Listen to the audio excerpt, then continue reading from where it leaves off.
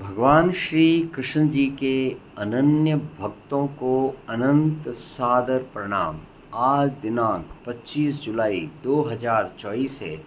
आओ हम सब मिलकर मराठी भाषा में श्रीमद् भगवद गीता के अध्याय 2 में मंत्र 48 का ज्ञान अमृत मंथन कर आनंद पूर्वक ग्रहण करें।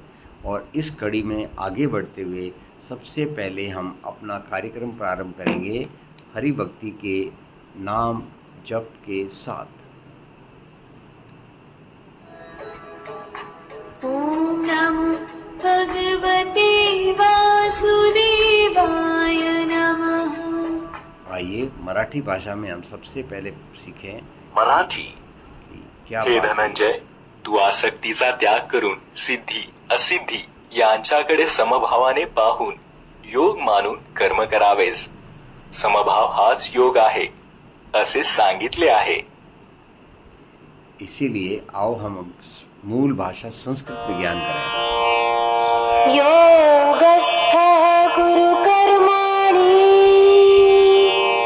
संगं त्यक्त्वा धनञ्जय सिद्ध्य सिद्ध्योः समो भूत्वा समत्वं योग उच्यते। योगस्थः कुरु कर्माणि संगम त्यक्त्वा धनंजय सिद्धि असिद्धियोः समः भूत्वा समत्वम योगः उच्यते। आइए इसी को मराठी भाषा में फिर से समझें। मराठी।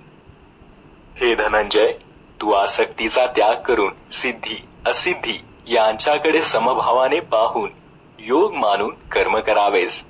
समभाव हाच योग आहे असे सांगितले आहे. आइए अब हम इसी बात को संगीत की भाषा में समझें।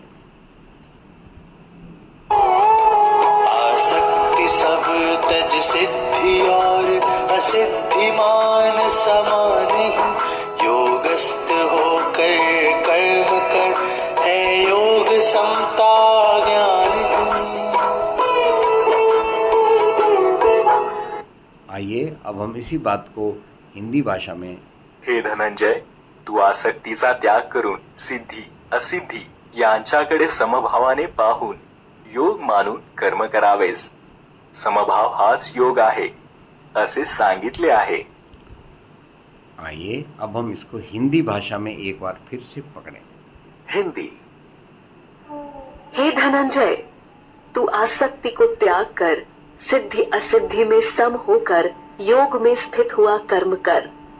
संभाव ही योग कहलाता है। संभाव ही योग कहलाता। Equanimity of our thought is what is योग।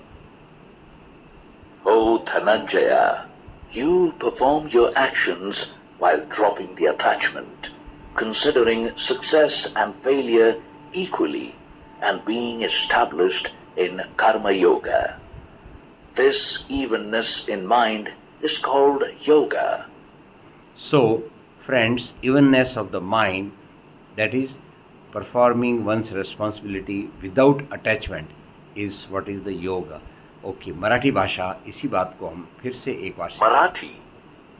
हे धनंजय, तू आसक्तीचा त्याग करून सिद्धी असिद्धी यांच्याकडे समभावाने पाहून योग मानून कर्म करावेस. समभाव हाच योग आहे असे सांगितले आहे. आइए अब हम हरि भक्त इसका पूर्णावती ओम के साथ।